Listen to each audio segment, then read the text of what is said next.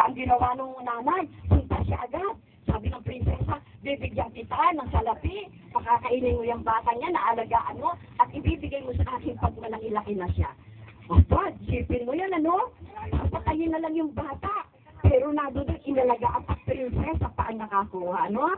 Kaya nang buhatin niya yung bata, sabi niya, napulot ko ito sa tubig. Ito ay si Meses. Ayun. Si Meses, alam nyo, inalagaan ng kanyang nanay. Pero pagkalipas ng 7 taon, pinuha na siya ng prinsesa.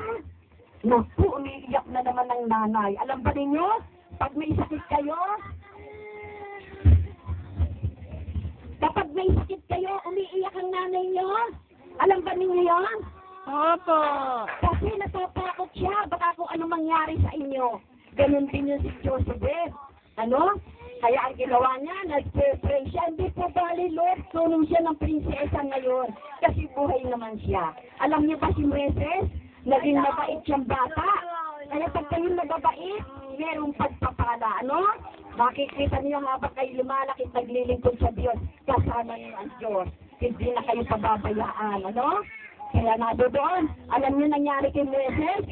Siya ang inutusan ng Diyos para yung bayan na Israel na pinanghihirapan ng hari, na ipinatatapon yung mga batang lalaki pagkabit pinapatay, pinangon niya sa lugar na yun, dinala sa lupang pangako. Ano? Nais ba niyo makarating sa pagpapala ng Diyos? Nais niyo ba ng pagpapala ng Diyos, mga anak? Amen. Nais niyo ng pagpapala? Amen. Susunod kayo sa utos ng Diyos. Amen? Amen. Susunod kayo sa utos ng inyong mga nanay. Ay sabi, kapag sumunod kayo sa utos ng inyong nanay, hahaba ang inyong buhay. Ano? Kaya meron siyang nanay. Siya akin niya yung mga anak niya kahit maliliit at magpapasabahan. Ano? Kaya nabubuo din ang isang bakilang nanay na dinadala ang kanyang mga anak sa Diyos. At dapat kayo na nakikinig ng salita ng Diyos, itinig niyo sa inyong puso na ang Diyos ay mabuti. Amen?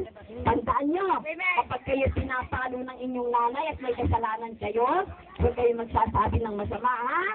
Dahil doon, pinapalo kayo para maging mababait kayo.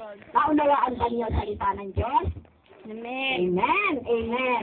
Kaya ang layunin ng Diyos, kaya maraming mga bata mahal na mahal niya, ay dahil ibig niya na mayroong mga anak na tatawag sa kanya. Amen?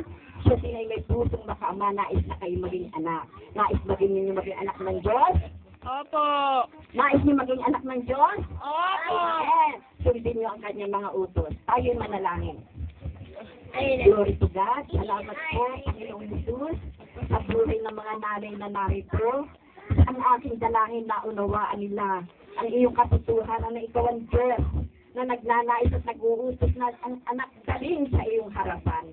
Kaya po, Panginoon, ang aking dalangin, ang mga puso ng mga nanay na naririto ugad ng mga tatay, hipuin mo sila, Panginoon, at mag-instrumento na dalhin nila ang kanilang mga anak sa iyong harapan upang lumaking may banal na pagkatakot sa iyo. At ang mga batang ito, Diyos, ang aking dalangin, pagpalain mo po silang lahat upang sa kanilang paglaki, O Diyos, pag nilang malimutan ang turo na kanilang natutunan ngayon, na patuloy nilang mapapakinggan hanggang sa kanilang paglaki.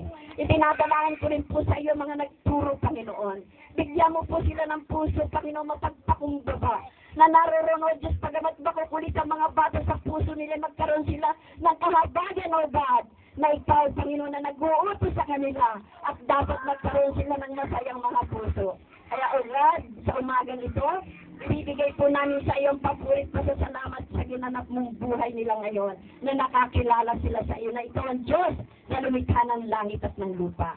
Kaya ibibigay namin sa iyo lahat ng papuri, pasasalamat at ang kaluwalhatian sa tanging pangalan mo lamang, Panginoon Jesus. Lahat ay magsabi ng Amen. Amen! Amen! Palakpakan natin ang Panginoon. Ay, wala magbukas ng bibig. Amen! Amen! Palakpakan natin ang Panginoon. Amen!